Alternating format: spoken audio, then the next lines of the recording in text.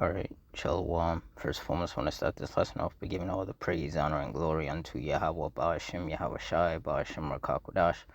Double honors to your apostles and elders of Great Millstone. Honors to our brothers who are fervently preaching the word in sincerity and in faith. Shalom to the sincere Akwath, and Shalom to the scattered Israelites who are amongst these heathen nations and look like these heathens. Now, this lesson is going to be based on 3 firefighters that got killed and 2 injured while responding to the Snyder wildfire on the Utah-Colorado border. So through the Spirit, I'm going to read this article, get some precepts, and the Lord's will you're edified. It says 3 firefighters were killed on Saturday while responding to the Snyder fire, a wildfire burning along the Utah-Colorado border, the U.S. Wildland Fire Service announced overnight. 2 other firefighters are being treated for burn injuries, the service said.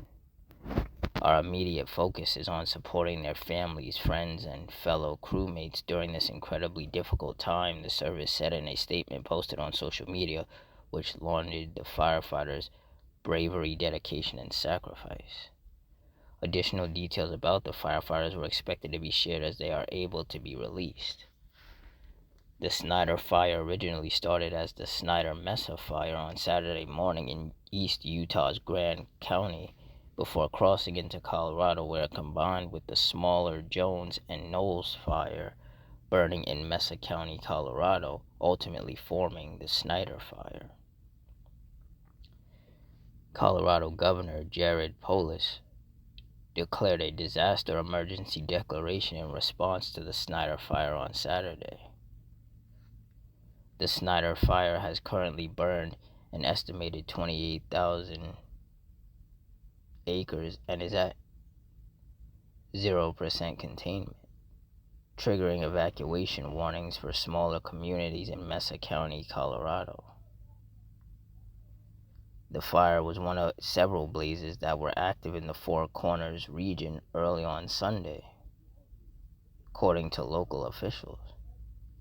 The Cottonwood fire in Utah's and Beaver counties had spread to about 92,254 acres with 0% containment. The Iron Fire was at about 41,467 acres with 38% containment. Utah's Juab, Tulare, and Utah counties, and the Cherry Fire, which was also in counties, covered about 30,766 acres. 0%. Yeah, so just a lot of fire. And in places like Utah, there's just a lot of grassland and a lot of like open fields and things like that, which gives the fire plenty to burn.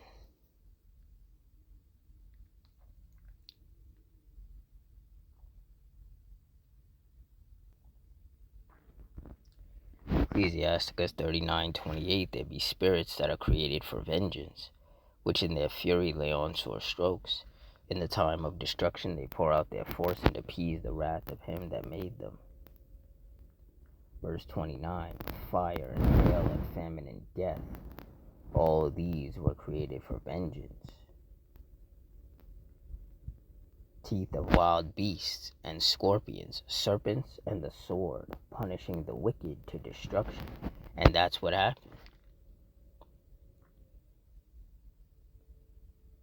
That fire led to the death of those 3 firefighters and 2 of them being injured. And for the 3 that died, the Lord used that fire to punish them to destruction. Deuteronomy 32:39. See now that I, even I am he, and there is no power with me. I kill and I make alive, I wound and I heal. Neither is there any that can deliver out of my hand.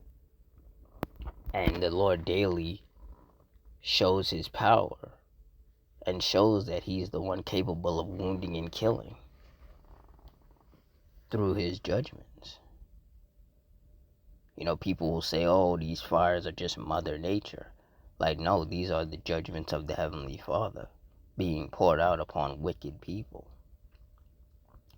1 Samuel 2:6. The Lord Yahweh killeth and maketh alive. He bringeth down to the grave and bringeth up. And the Lord is the one who killed those 3 firefighters.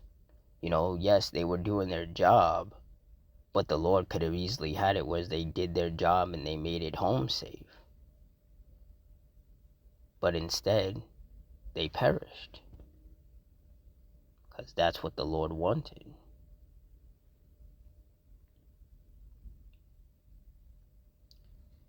Job 4:7. Remember, I pray thee, whoever perished being innocent, or where were the righteous cut off? And the answer is that nobody has perished being innocent, nor were the righteous ever cut off. So those 3 firefighters who died, they were not innocent in the eyes of the Lord.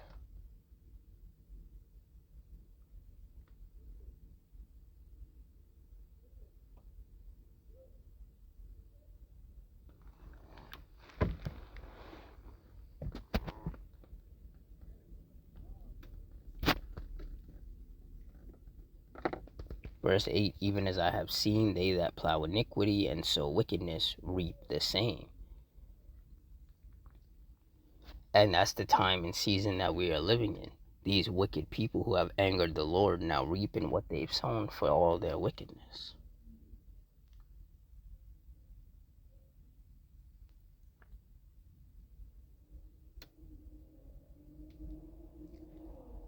Psalms 9:16, the Lord Yahweh is known by the judgment which he executeth. The wicked is snared in the work of his own hand. Higgaion Selah.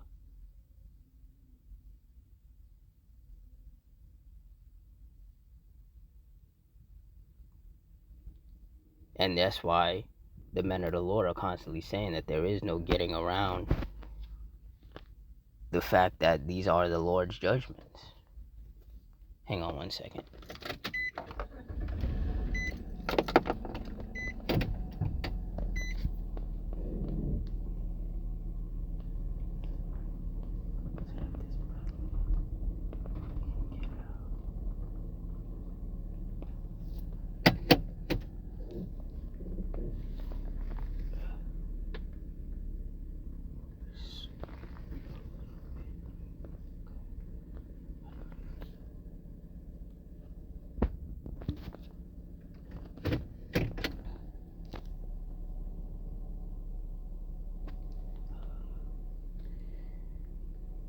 Yeah, Slakia. Yeah, what I was saying though is that this is the Lord's judgment. The scriptures say that the Lord, would visit with the flame of devouring fire in Isaiah 29:6. So it should come as no surprise when these fires take place. And when people get wounded and killed as a result of these fires.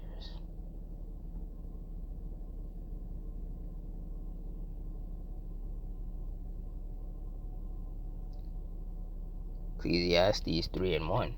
To everything there is a season and a time to every purpose under the heaven. Verse 2, a time to be born and a time to die, a time to plant and a time to pluck up that which is planted.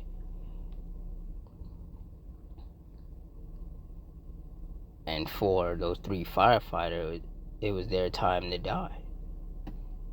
And there was nothing that could have been done to save them or to prevent that judgment from coming to pass. And this is how it works with all judgments. The Lord sets these judgments in motion and they go until they're fulfilled. However that looks, whether it's just going to be a bunch of destruction or whether people are going to get wounded and killed.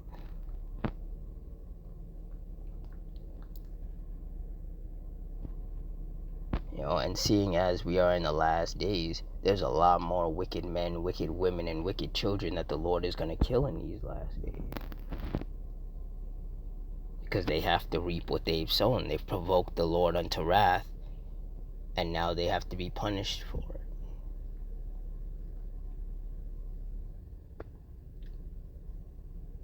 So with that, I'm going to wrap it up here. In closing, I want to give all the praise, honor, and glory unto Yahweh, Ba'ashem Yahushai, Ba'ashem Rakakudash. The Wadi Ahal Bashim Yahushai for putting the spirit on me to do this lesson. Double honors to the apostles and elders of Great Millstone.